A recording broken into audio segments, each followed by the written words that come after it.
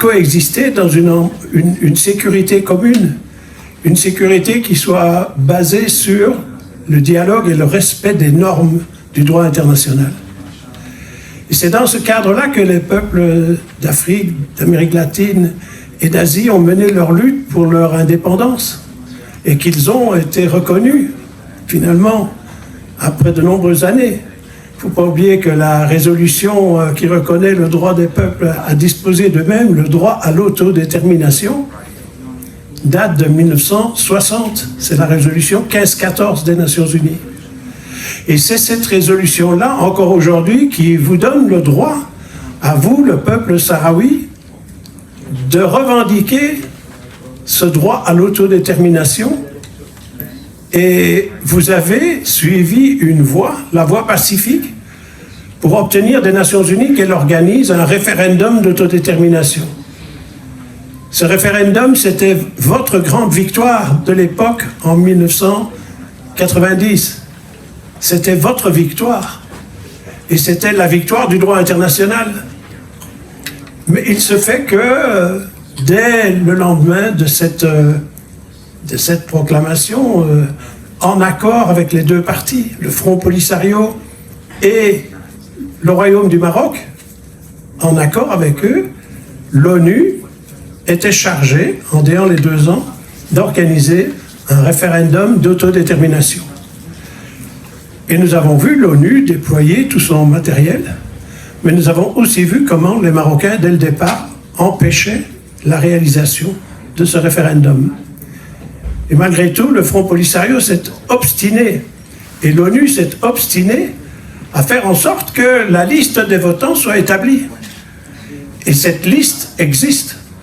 Cette liste a été déposée avec l'accord des Nations Unies entre les mains des deux parties et des pays amis. Mais une fois que la liste était déposée et que le Maroc a pu observer que l'autodétermination aurait bien en faveur de la lutte du peuple sahraoui pour son indépendance, eh bien le Maroc a fait semblant que ça n'allait pas. Et la France déjà à l'époque, a, au sein des Nations Unies, contribué à saboter, il faut le dire clairement, saboter le processus de paix et d'autodétermination que le peuple sahraoui avait conduit avec une grande sagesse. Et nous voilà aujourd'hui, 2025, c'est-à-dire 35 ans plus tard, le référendum n'a pas eu lieu. Mais ça n'enlève rien au droit à l'autodétermination du peuple sahraoui. Et ce qui est, en plus, formidable quelque part, c'est que, nonobstant les manœuvres dilatoires du Maroc, nonobstant la faiblesse des Nations Unies, nonobstant le fait que les pays colonisateurs n'ont pas retenu la leçon et accordé ce droit à l'indépendance au peuple sahraoui, malgré cela, la Cour de justice européenne, cet autre volet important de la construction des nations. Vous savez qu'il y a 3 piliers dans la construction d'une nation. Il y a l'exécutif, c'est le gouvernement, mais il y a le législatif, c'est le Parlement, et il y a le pouvoir judiciaire. Ces 3 pouvoirs sont fondamentaux pour créer l'espace démocratique indispensable à la coexistence des peuples.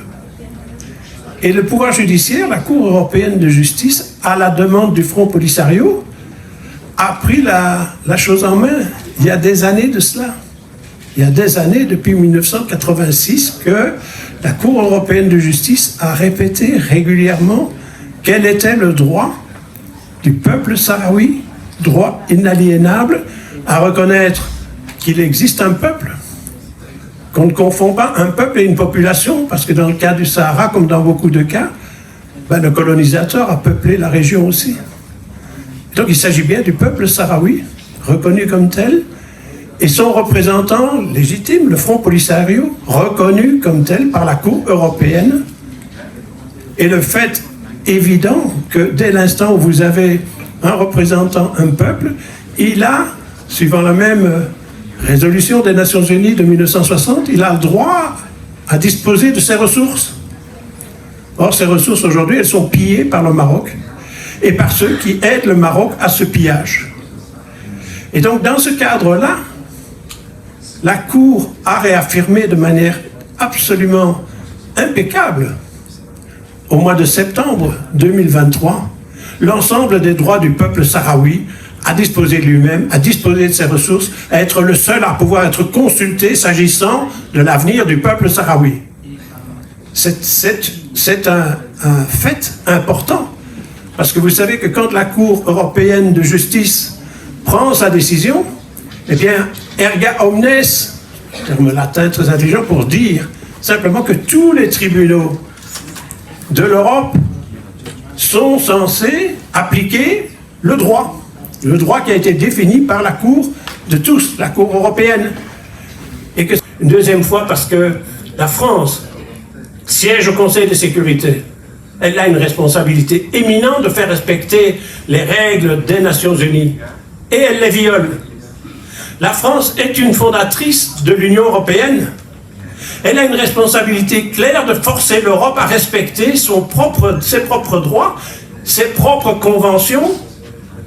Or, on ne le fait plus.